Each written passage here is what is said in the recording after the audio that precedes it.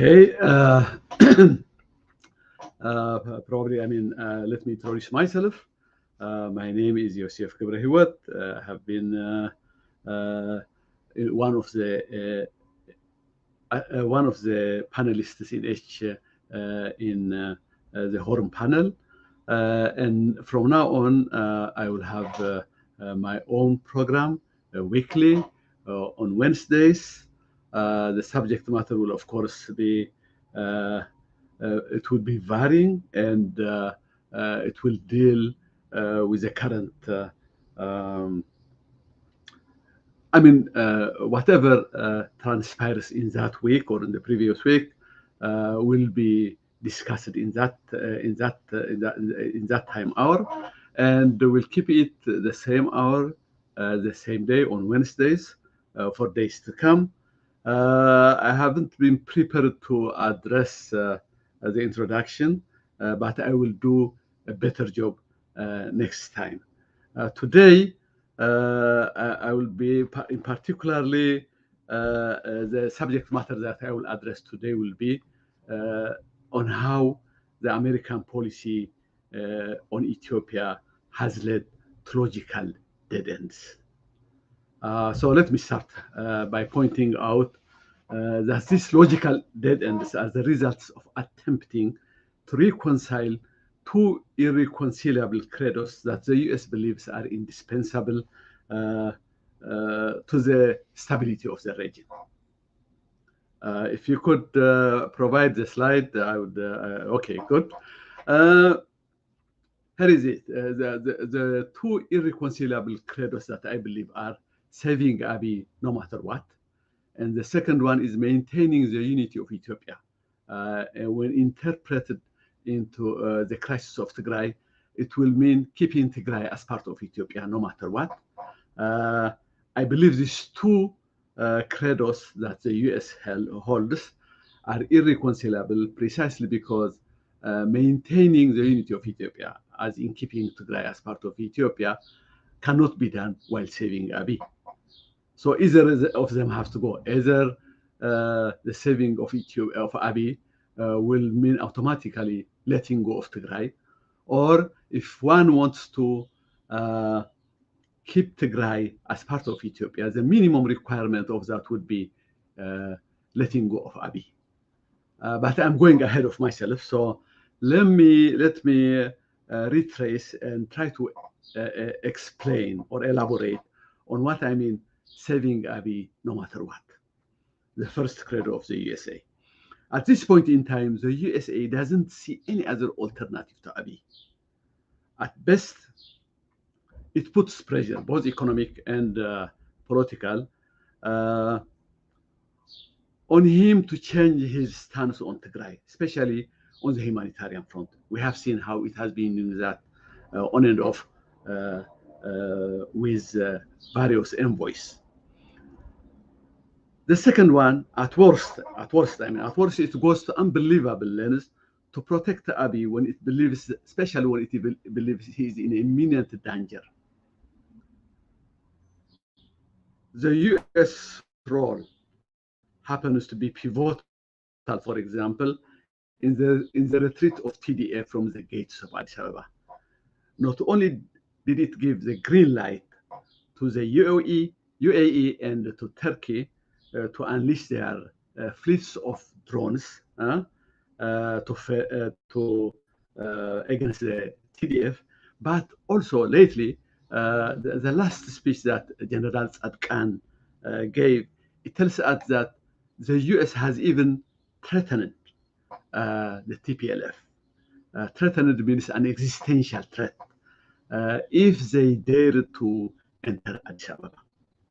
So that means that the US was doing whatever it takes to protect Abiy. Now, in general, what we are looking at is that it believes that without Abiy and the prosperity party that he leads at the helm, Ethiopia would be destabilized at minimum, and it could even go as far as to disintegrate at maximum. That's what the US believes, which of course leads us to the next credo. That is, shouldn't be compromised.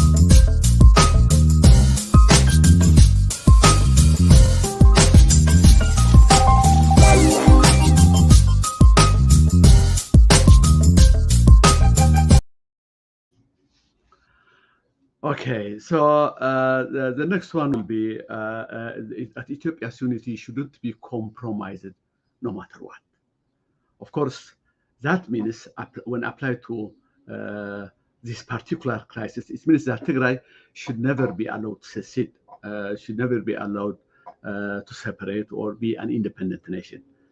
But more importantly, the US doesn't want to see a process, it wants to block the process leading towards that conclusion.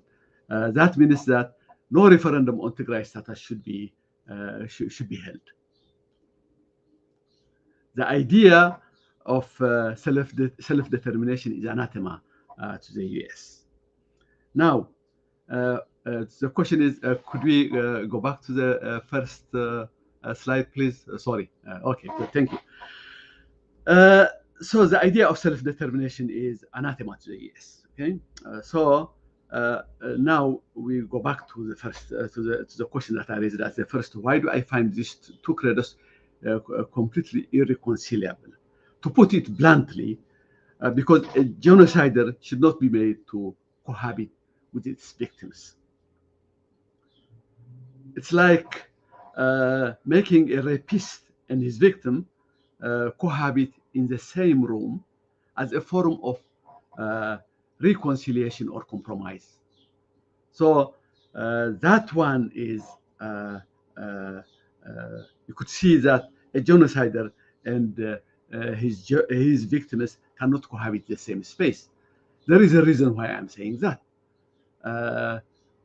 There has been no precedence of a genocider and his victims cohabiting the same space. The results of genocides have shown us three cases only. One is when a genocider wins the war. Example is Namibia. In that case, Germany, for example, committed genocide against the Herero and Nama people in Namibia. That was just before the First World War. It killed about 80% of the former and about 40% of the Nama people. Now, of course, the genociders, the victims in this case, simply accept the inevitable because the genocider has won the war. The other possibility is when the victims win, the other scenario rather, when the victims win the war. A good example of that would be Rwanda, when the Hutu militias were defeated.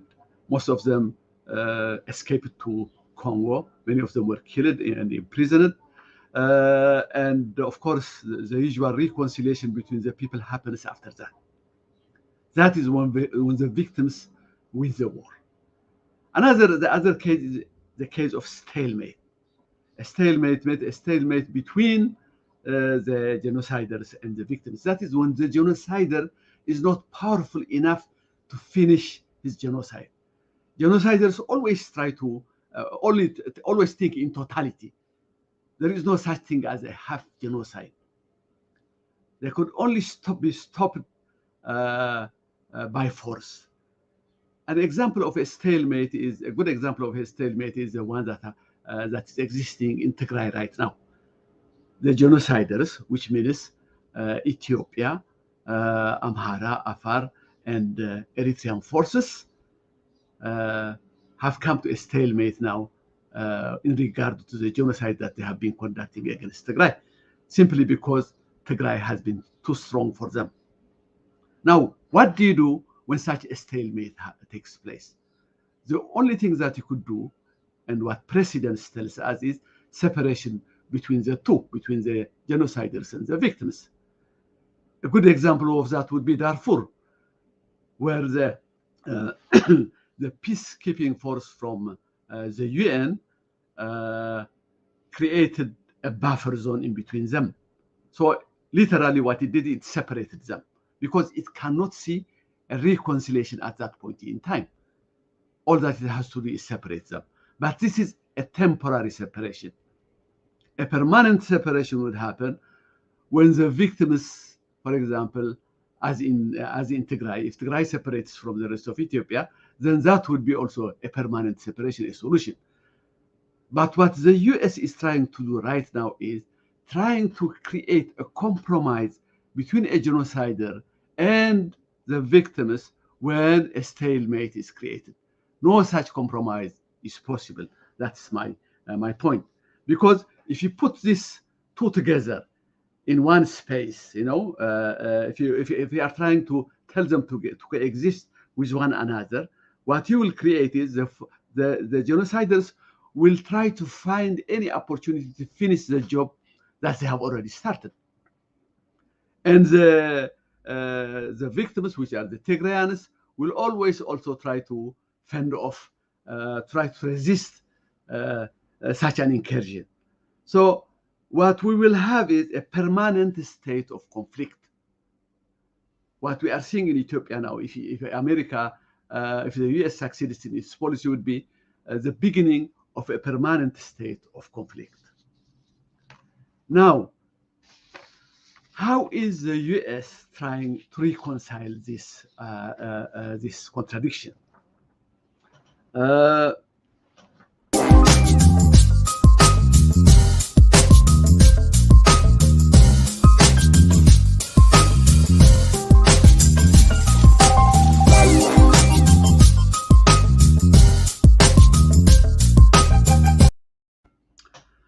Okay, so the question is now is, could the US have missed anything? How is it trying to reconcile these two irreconcilable credos that it holds? Well, there's a simple trick that the US is doing. The US is denying that, so far, is denying that Abiy is genocidal. So the first tactic or strategy that it is using is through semantic fiat or through semantic maneuvering. What it is saying is that there is no genocide. Hence, there is no genocider. And the conclusion of that would be, therefore, Abiy is not genocider. If Abiy is not genocider, then it's possible to have a reconciliation between Abiy and TPLF. That's one line it follows. And of course, it cannot ignore the crimes that has been going on in Tigray. Therefore, it will have to have an argument on how to attribute those crimes to others. Primarily, it attributes those crimes to Eritrean and Amhara troops, thereby claiming Abiy, of course, is no genocider. Now, it will say that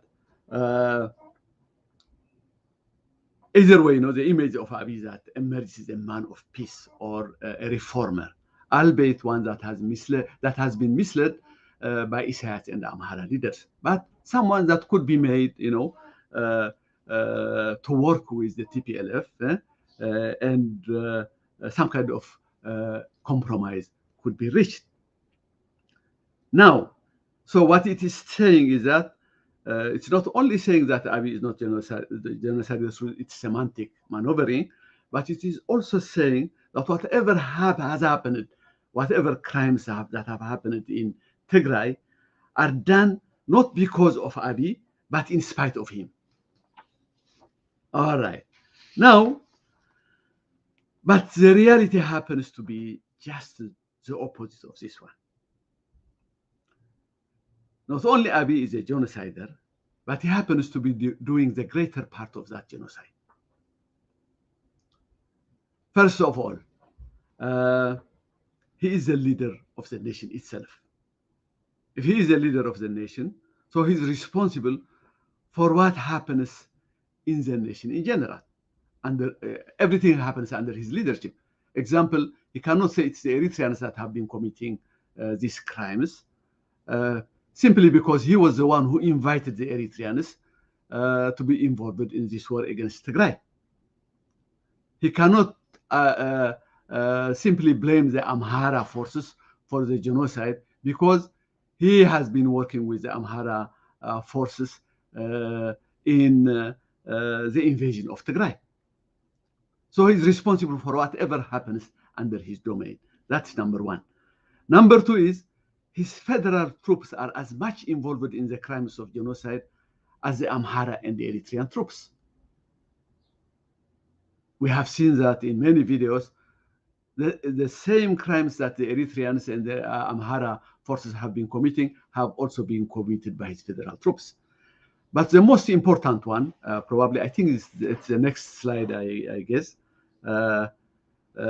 is the most important one was that through his policy of the siege of Tigray,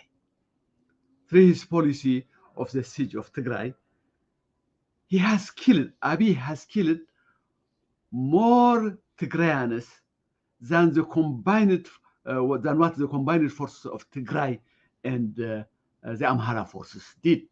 We know that the Amhara forces and the Eritrean forces have massacred tens of thousands of Tigrayans.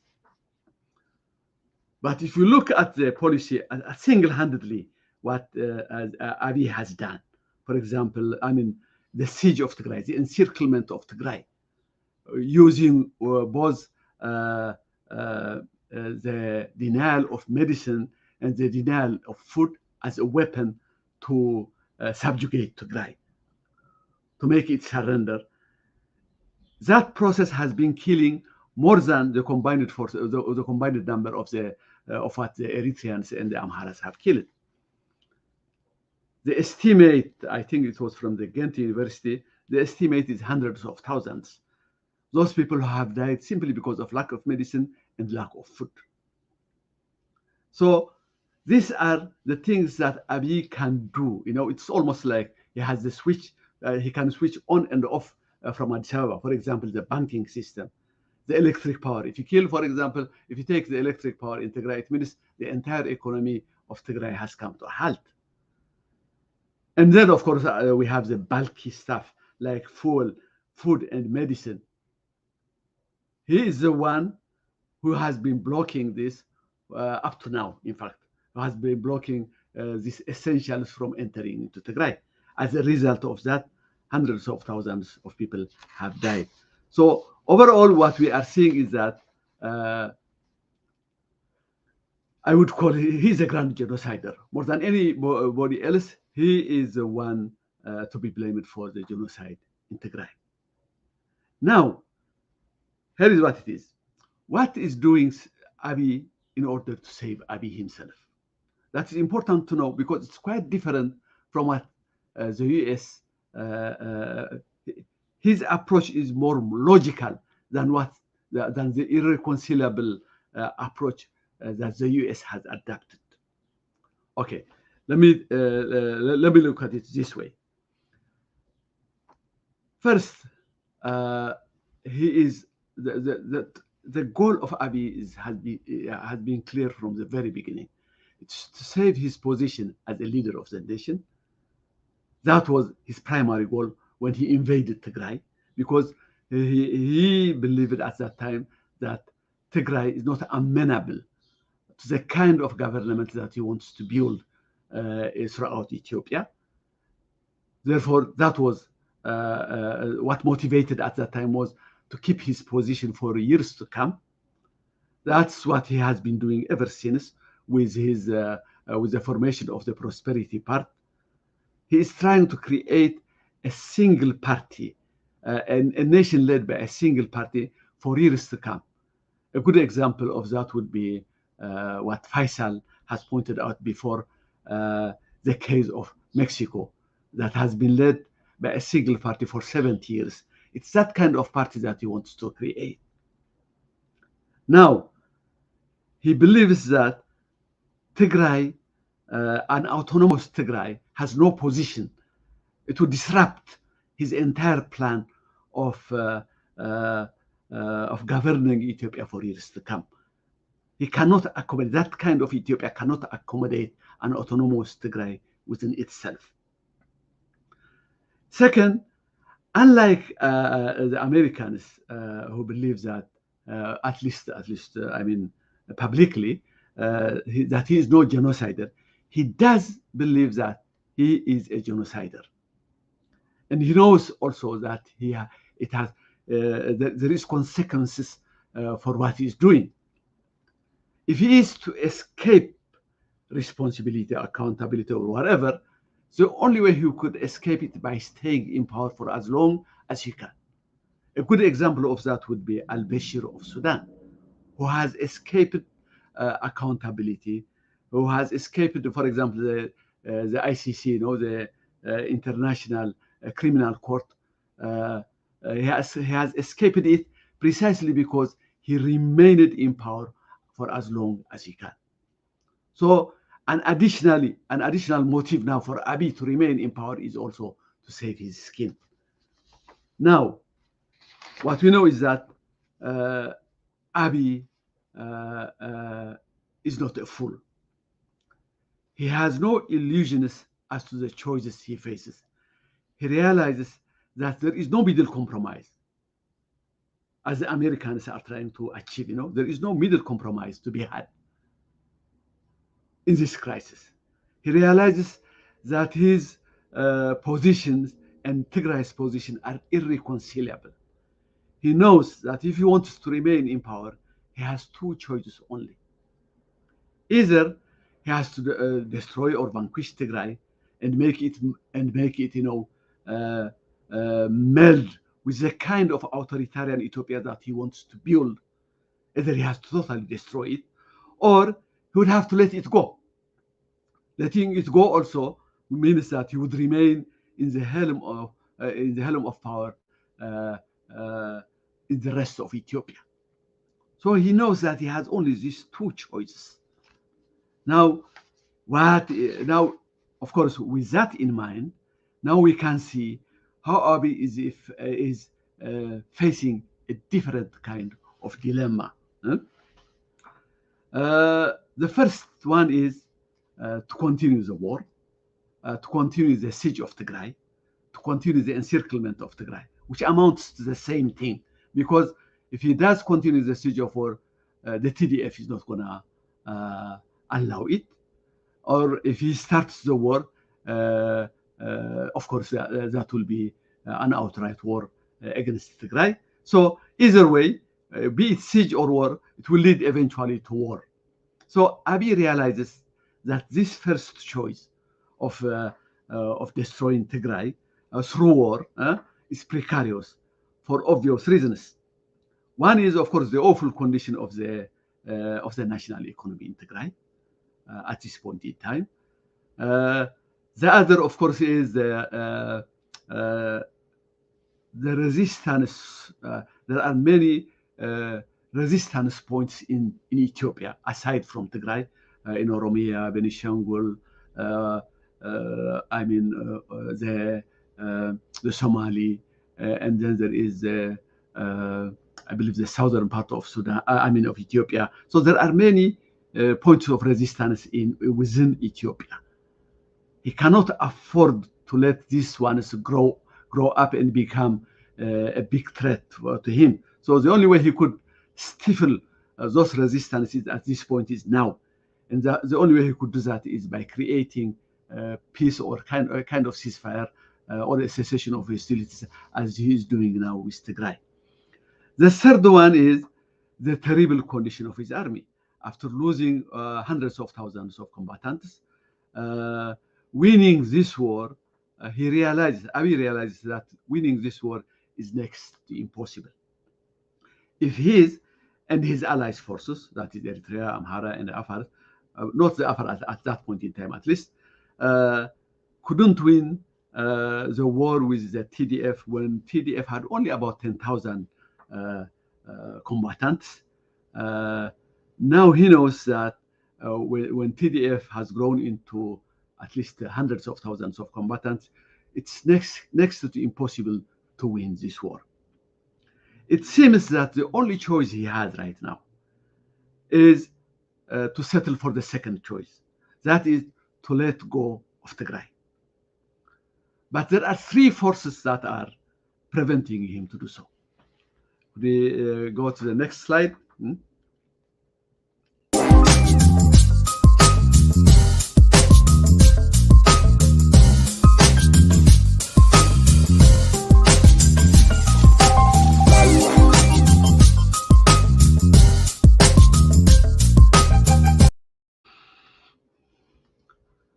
Okay, then. So,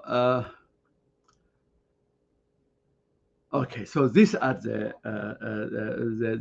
three entities that are dominant, that are trying, that are blocking the only way out for the only peaceful way out of this crisis is to let go of Tigray and keep the rest of Ethiopia intact.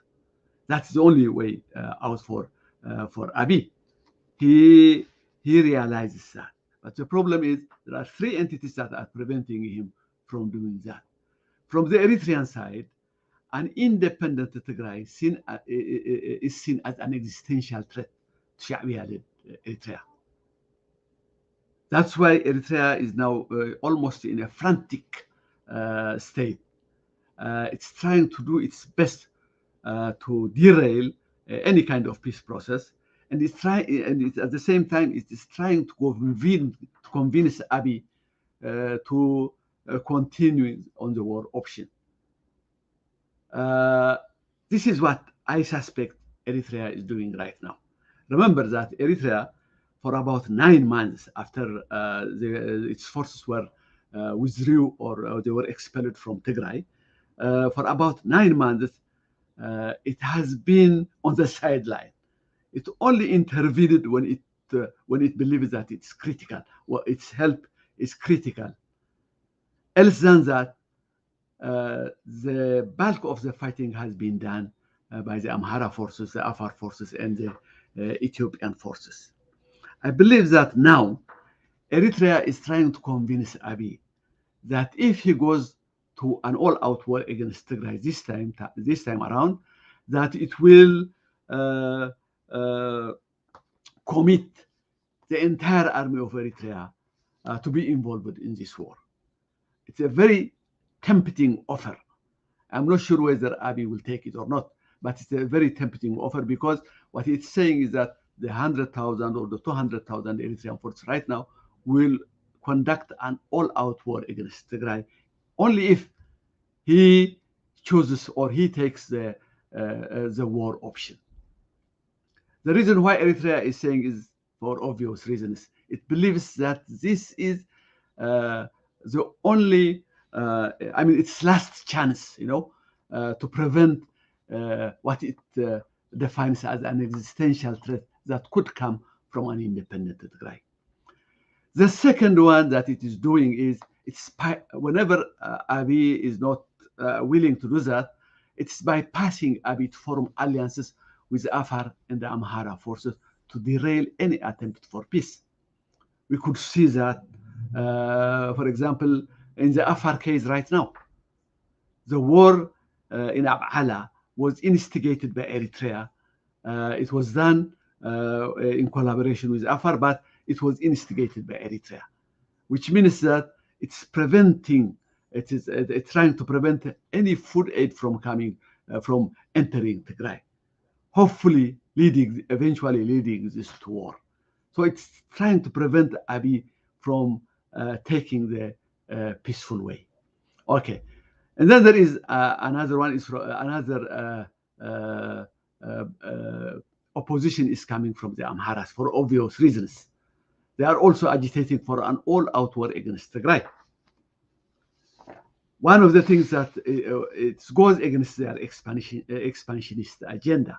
They know that if Tigray becomes independent, if Tigray secedes from Ethiopia, it will secede with all its territory intact.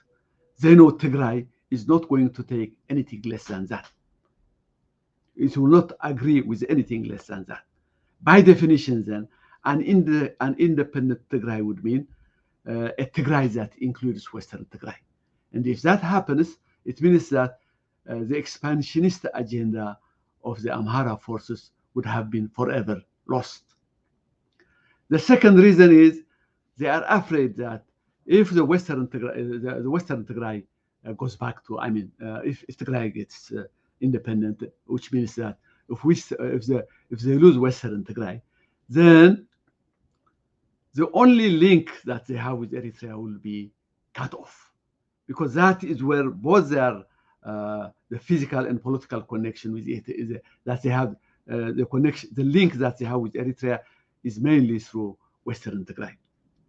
Now, what is it trying to do? What are they trying to do is for them, not only has Eritrea been the link they needed in order to undertake their expansionist agenda, but also to have a bargaining power against Abiy. The pressures that they keep exerting against Abiy comes precisely from the link that they have with Eritrea. Once that link is cut off, their bargaining power will be drastically reduced.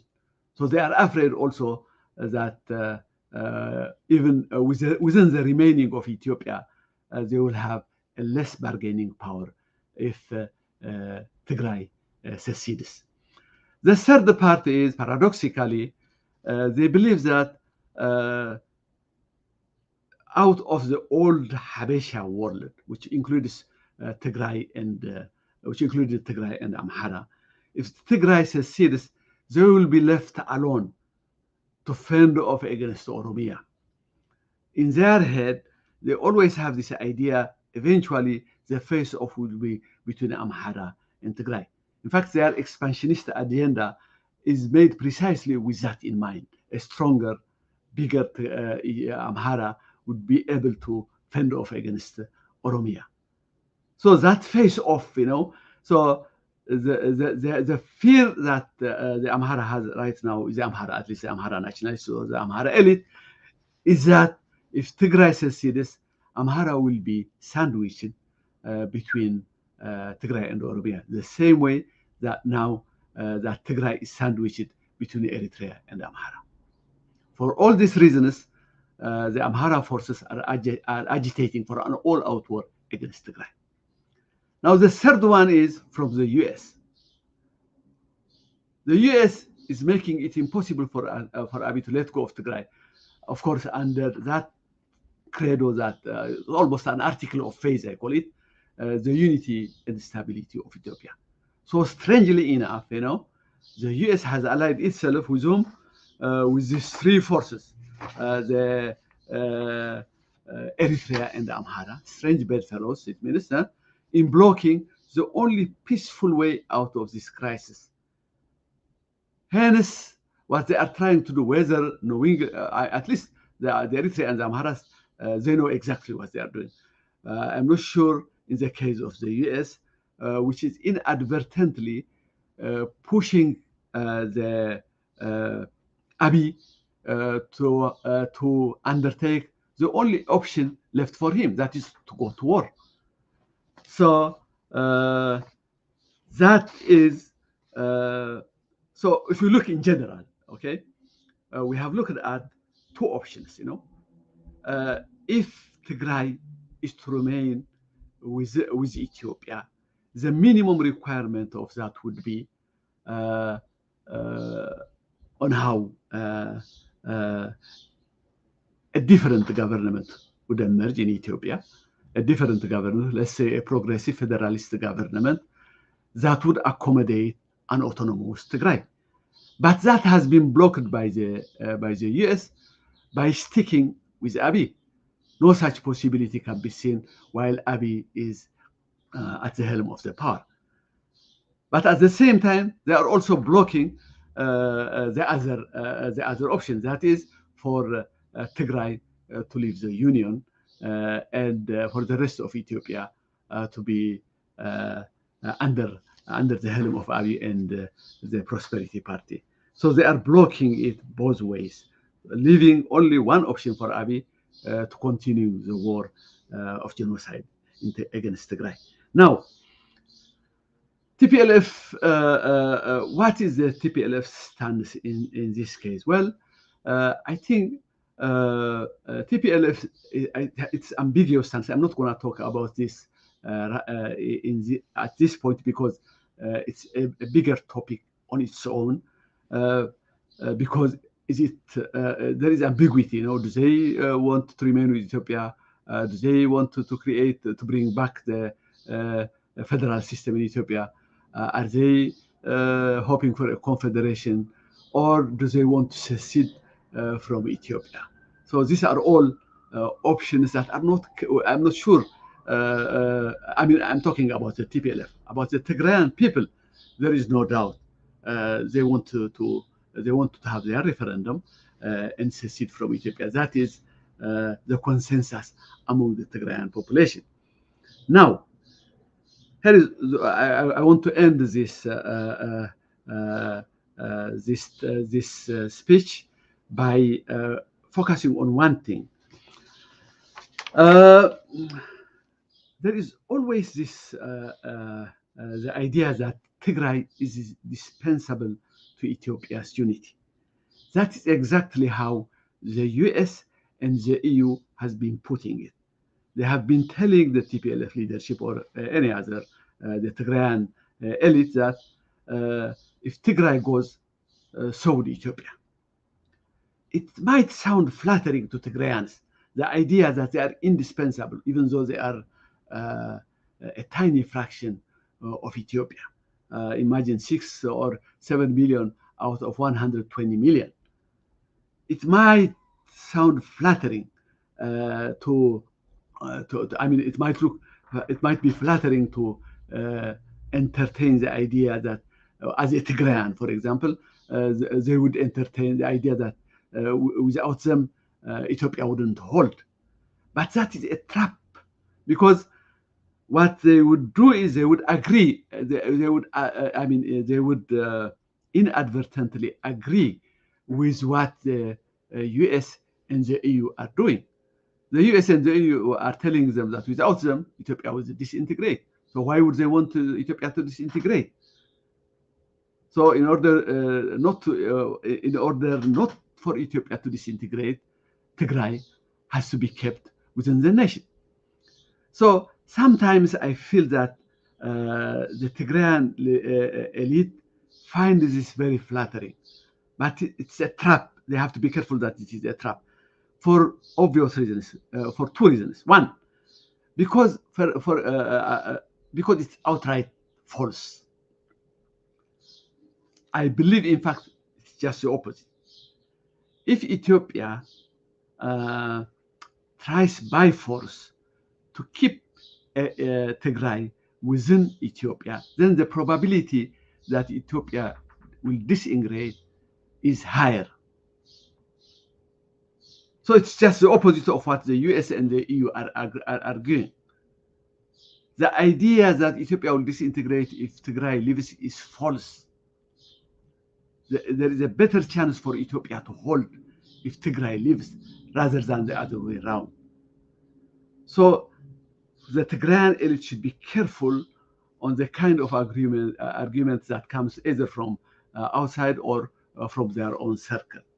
It would be counterproductive for them, if they agree, inadvertently, of course, unknowingly, of course, if they agree with the US, the West's argument that Ethiopia will disintegrate if Tigray leaves.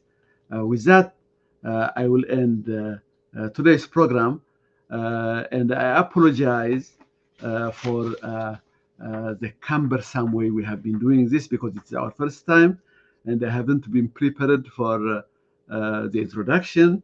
So next time, I'm hoping I will do a better job. Thanks for my listeners.